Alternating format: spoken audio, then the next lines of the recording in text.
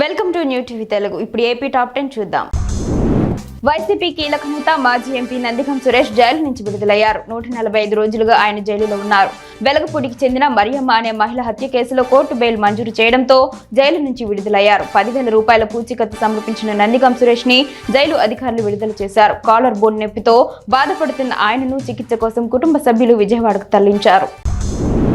గుంతకల్ నియోజకవర్గ TDP MLA Gummanuru Jayaram వివాదాస్పద వ్యాఖ్యలు చేశారు. తనపై తప్పుడు వార్తలు రాస్తే రైలు పట్టాలపై పడుకోబెడతానంటూ స్ట్రాంగ్ వార్నింగ్ ఇచ్చారు. మీడియా అంటే తనకు లెక్కలేదని, తనపై లేనిపోనివి రాస్తే ఊరుకునేది లేదని హెచ్చరించారు. నేను అన్ని చేసి వచ్చిన వాడిని, ఏం రాసుకుంటారో రాసుకోండి, తప్పు చేస్తే రాయండి, ఆధారాలు లేకుండా రాస్తే తాట తీస్తా, తప్పును నిరూపించకపోతే రైలు పట్టాలపై పడుకోబెడతా అని జయరాం అన్నారు.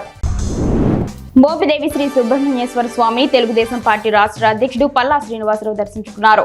ఆలయ అర్చకులు ఆలయ మర్యాదలతో స్వాగతం పలికారు. శ్రీ స్వామివారి నాగపుట్టలో పాలు పోసి వారు మొక్కులు చెల్లించుకున్నారు. ఆలయ అధికారులు ఆలయ మర్యాదలతో సత్కరించి స్వామివారి చిత్రపటం ప్రసాదాలను అందజేశారు. వారి వెంట మండల పార్టీ అధ్యక్షుడు నడకుదుటి జనార్దన్ రావు ఉన్నారు.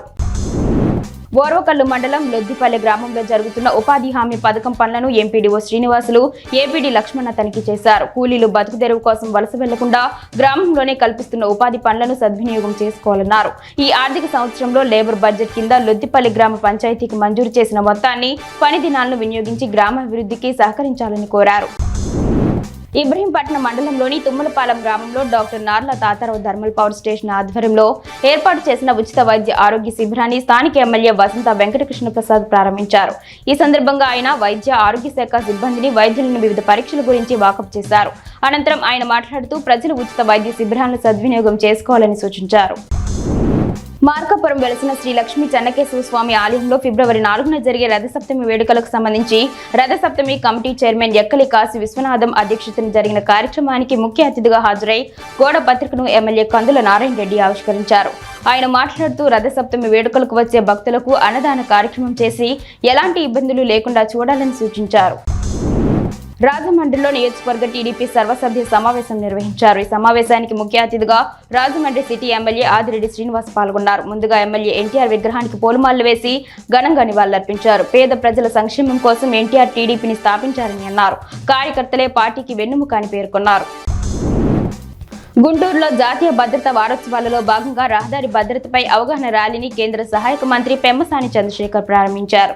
ఎమ్మెల్యేలు గల్లా మాధవి, నసీర్ అహ్మద్, బూర్ల రామాంజనేయులు, తెనాలి తదితరులు పాల్గొన్నారు. ఈ సందర్భంగా టీడీపీ గుంటూరు జిల్లా అధ్యక్షుడు తెనాలి శ్రావణ్ కుమార్ జెండా ఊపి ర్యాలీని ప్రారంభించారు.